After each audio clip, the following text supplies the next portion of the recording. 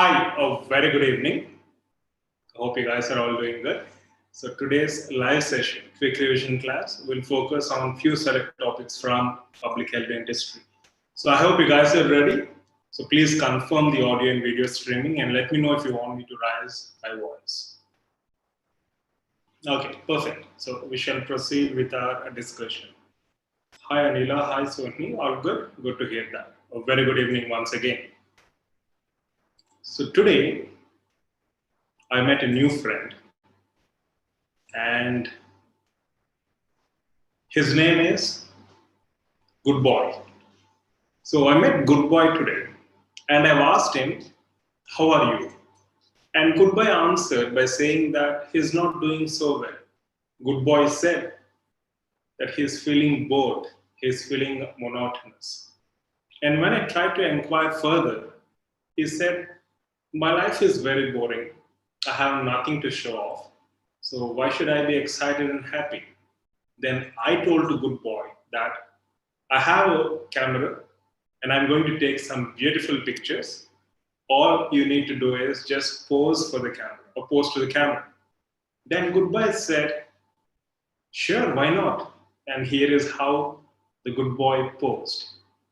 And after taking this picture, I gave a free suggestion to Good Boy saying that this is not how humans pose to camera. You know, have you ever seen selfies? We pose or we place our face at different angulations, trying to highlight the profile of our face, the angle of the mandible, or the slopes which are present, right? And we try to stick our tongue outside. So that's what I tried to explain to Good Boy. And he said, okay, let me try. And then he gave me a selfie pose with angulation in his face, trying to show his profile. And then I said, let's take one final pic.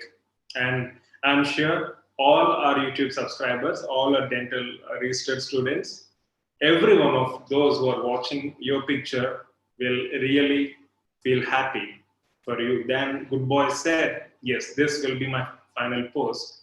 And here is how he posed finally to the camera. So I think with little motivation, even we can make animals pose to cameras just like humans do, isn't it? By the way, I was just kidding. So today in my garden, I spotted this lizard and I tested my skills and tried to capture. And this is the best shot which I received so far, right? So this is the best shot. So you can clearly see his pupil, which is very much dilated, and you can see so many scales, and also you can see his claws, which are very prominent, and they're designed in such a way that they can even climb on smooth surfaces. After all, they belong to a family of lizards, and what you're seeing now exactly is an oriental garden lizard. I've done some research, and this is what I found. This, which I found in my garden, is a garden lizard, also called as oriental garden lizard. And its scientific name is Calotes versicolor. It's an insectivore and it has a spiny back. In fact, if you observe the previous images, you'll find a spiny back. So I hope you like this picture. And here is how this Good Boy posed wonderfully in a selfie mode to our camera, right? So with this, let's proceed with our today's case-based question based on yesterday's discussion, and then we'll move on to our quick revision class in public health dentistry, right? I hope you like the picture of Good Boy, and your feedback is always welcome because Good Boy stays right in our garden, and I'll convey your feedback to him directly, right? Okay, so yesterday's case-based question, you're scared of that Good Boy, so I'll definitely convey the same. Okay, guys. So case-based question. I think you answered, and let's see how many of you are going to give me a proper reasoning. So an example of a maxillary permanent central incisor in crossbite is shown in the bottom right image. In order to treat this condition, the dentist should do nothing until all permanent teeth have erupted, surgically reposition the central incisor, correct the condition immediately with simple appliance, or place a maxillary expander. So which one do you think is more appropriate answer? In fact, they say whenever you come across a crossbite, the first thing in treatment plan is to treat it as soon as possible. So I think most of you have chosen the right option yesterday and today as well. So the correct condition, the correct situation in this instance, the correct option in this instance would be option C. So correcting the condition immediately with a simple appliance. So in this process, we'll also try to discuss about some elastics. So ideally, this anterior crossbite should be corrected before it reaches the occlusal plane. That is, the moment you spot it during its eruptive states. So the most probable etiological factor for this is obvious that there could have been an impacted deciduous incisor, which had led to this particular situation, that is crossbite, right?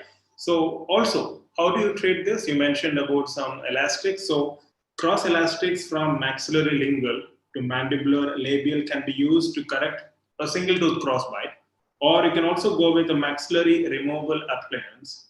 And when elastics are used to move the teeth, they should be attached directly to appliance components.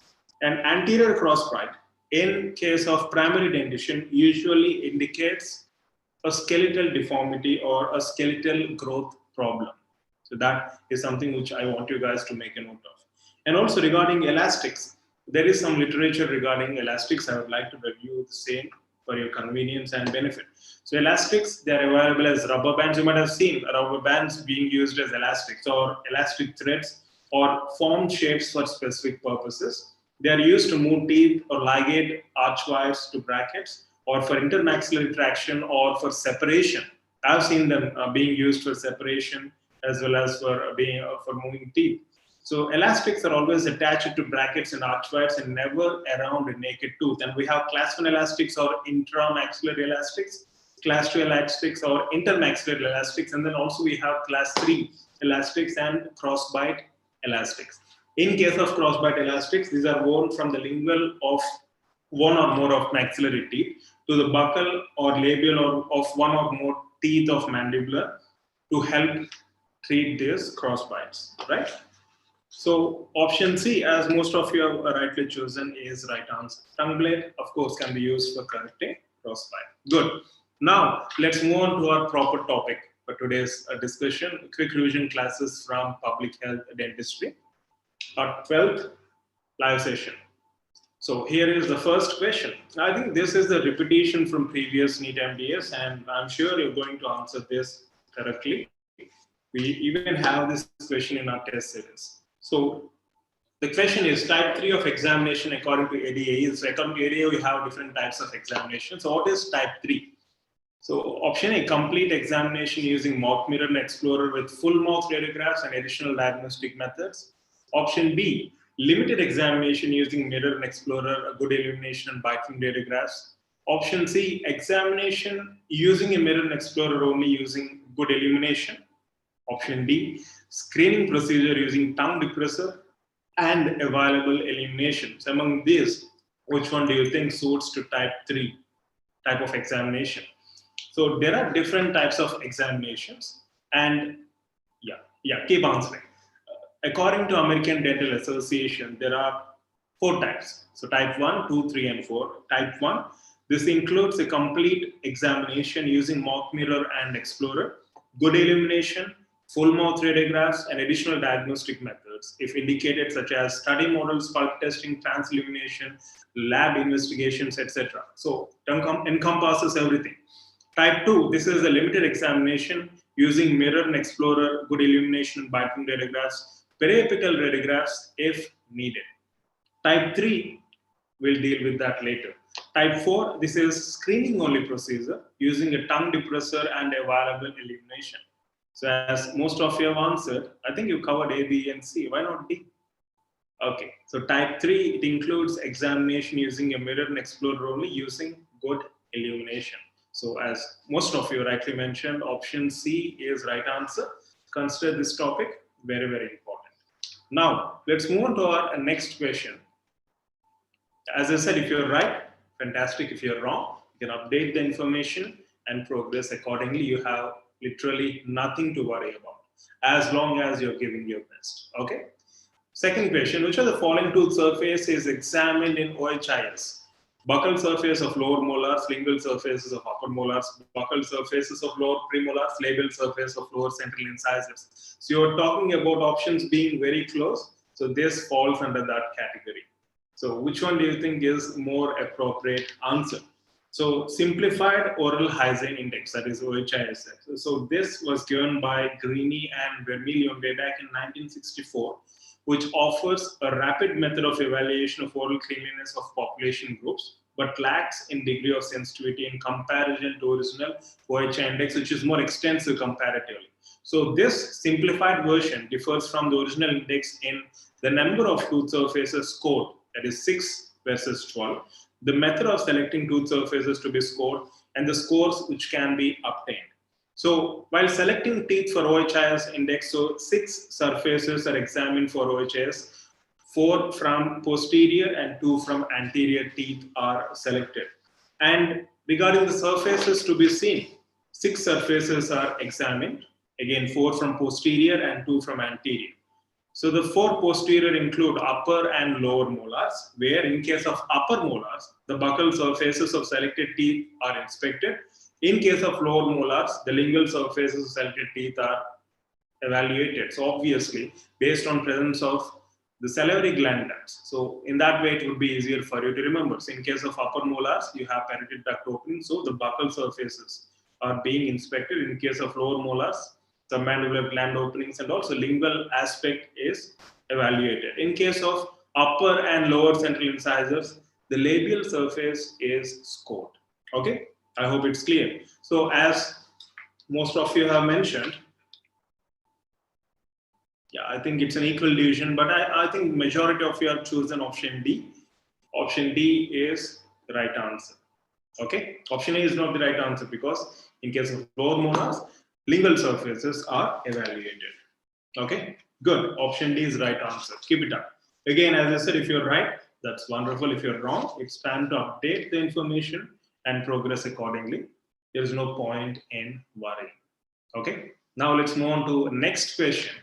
Prevalence of disease over a period of time is decreased by which of the following factors? This is one of the questions which we discussed very recently in our study club, and I'm sure you're going to answer it right. So prevalence of a disease over a period of time is decreased by option A, prolongation of life of patients without cure, in migration of susceptible people, out migration of cases, longer duration of disease. So which one do you think is more appropriate answer? Keep answering this. In the meantime, let's discuss what's incidence and prevalence. So incidence about new cases in a particular period or point of time. So proportional rate of persons who develop a condition during a particular time period, it's incidence. And prevalence is total number of individuals in a population with a particular disease or condition at a specified period of time, which is represented or expressed as percentage of population, as you're all aware of. So prevalence of disease over a period of time is increased by obviously longer duration of course, prolongation of life of patients without cure, obviously they'll be suffering with disease.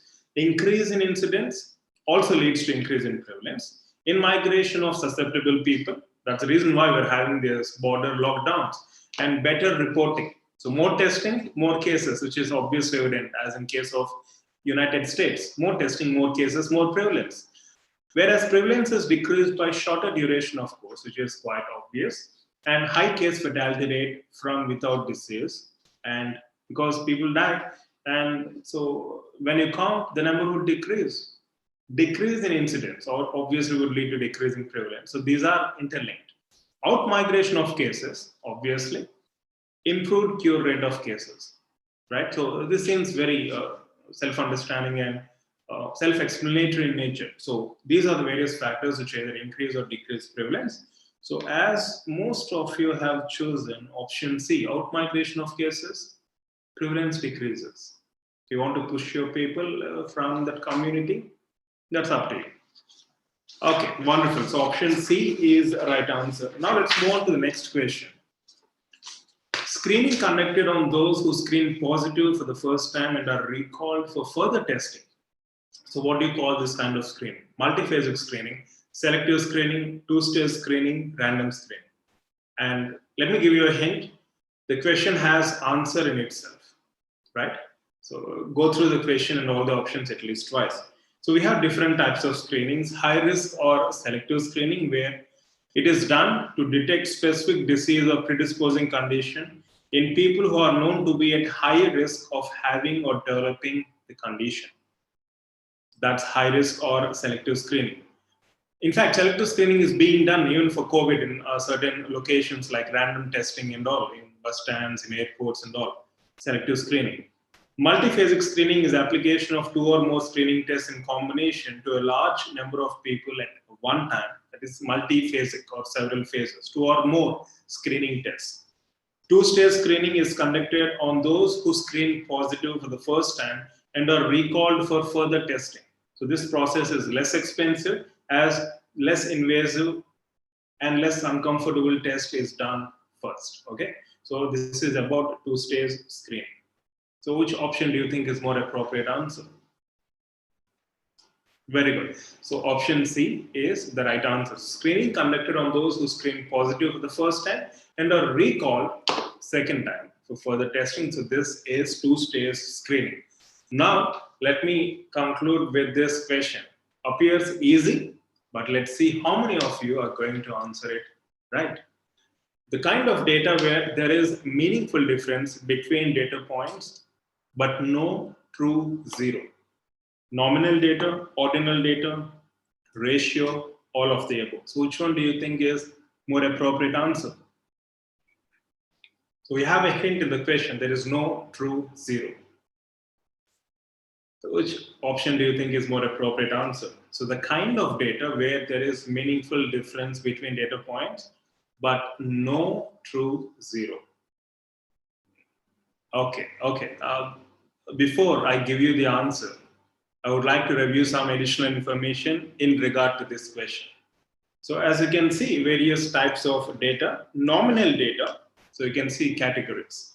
Data is in the form of names, labels, or categories like gender, race, types of teeth, etc. So the data cannot be ranked or grouped in any order at all.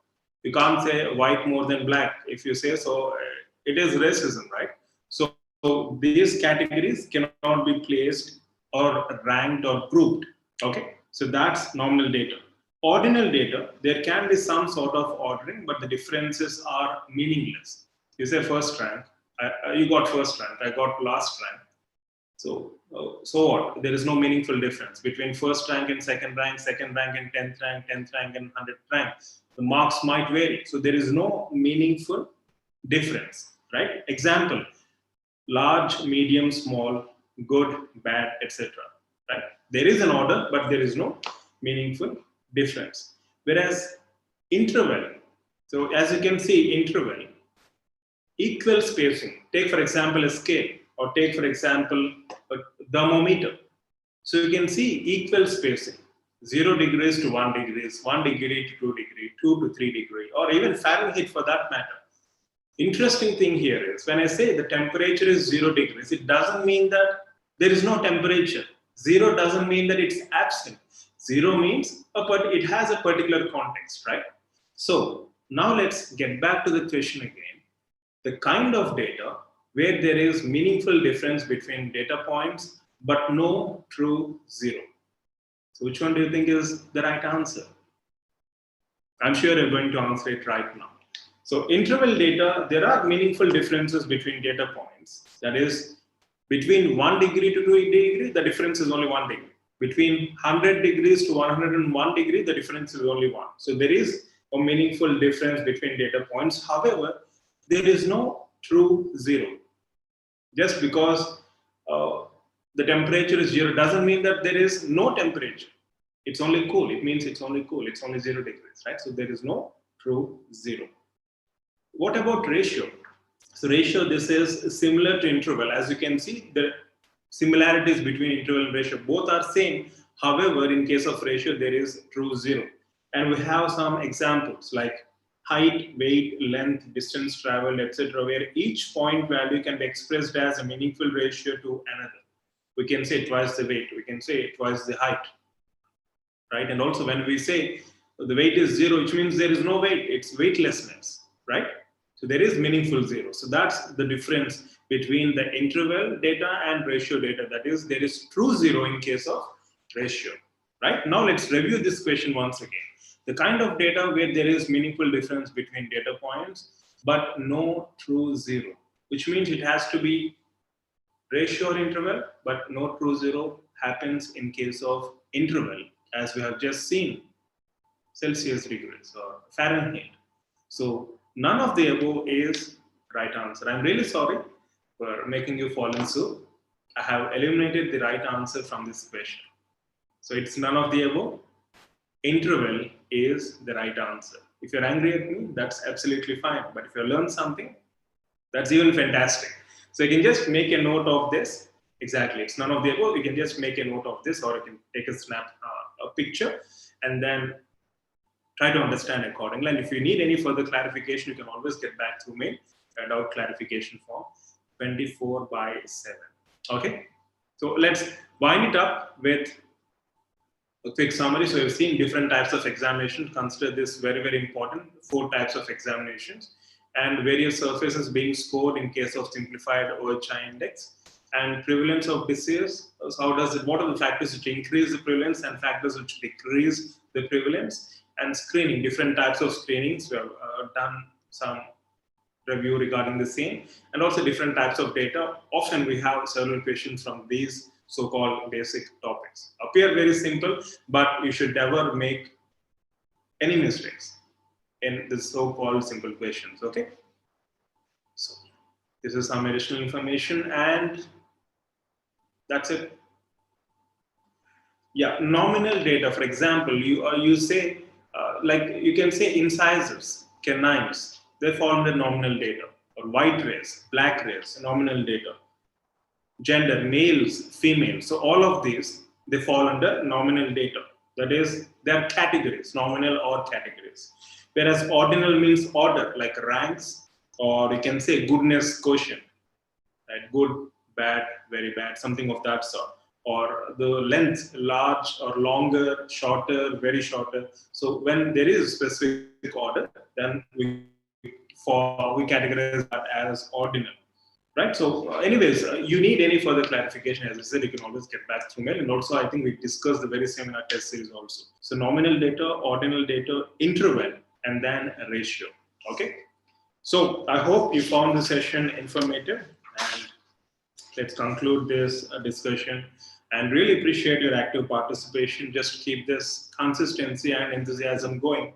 And as it is evident, as we have seen today, right? So we think paper will be difficult, but sometimes paper is easy, but still it can be challenging. That's the experience which you all had in today's entrance exam. So options might appear very close. So options might appear very lengthy. So there will be some lengthy questions, no matter what it is. With practice, right? With practice, you can enhance your case and accuracy. So speed and accuracy comes with practice. So always keep that in mind and use this experience to enhance your preparation towards NEET MDS accordingly. And you need any specific customized inputs, feel free to get back to mail 24/7. I'm always ever ready to assist you in any way possible. Okay? So wish you all the best, love you all, keep smiling, and good night. And most importantly, dream big. Yeah, glad to hear that, Sujay. Appreciate your feedback. And tomorrow's quick revision class, we'll see. I will get back to you with an update. Please keep a tab on Google and Telegram updates group. Yeah, tomorrow we'll see if we have a session. We'll have it at 8:30 p.m. As I said, I cannot guarantee you, but 8:30 p.m. will be the standard time, IST standard time. So if at all there are any changes or any cancellations, I'll update you accordingly. Please keep a tab on the updates group. Okay. Yes, Ankur. I appreciate your feedback. It's like Nota. Okay, the final question, I'm sure most of you might have got angry, but expect those kind of questions from our discussions. So those who are in study club, they definitely know my questioning pattern. Okay. The picture which I have captured, that's not chiku tree. I don't know which tree it is, but I'm not very familiar with the name of the tree. But the lizard is garden lizard, oriental garden lizard. That's a beautiful picture, which I was very lucky to capture this morning. Okay, Kavita says today's exam basic subjects for MBBS, PG, and SET and MBS were same. That's really surprising to hear. Okay, okay, guys. Good night. Dream big. Love you all.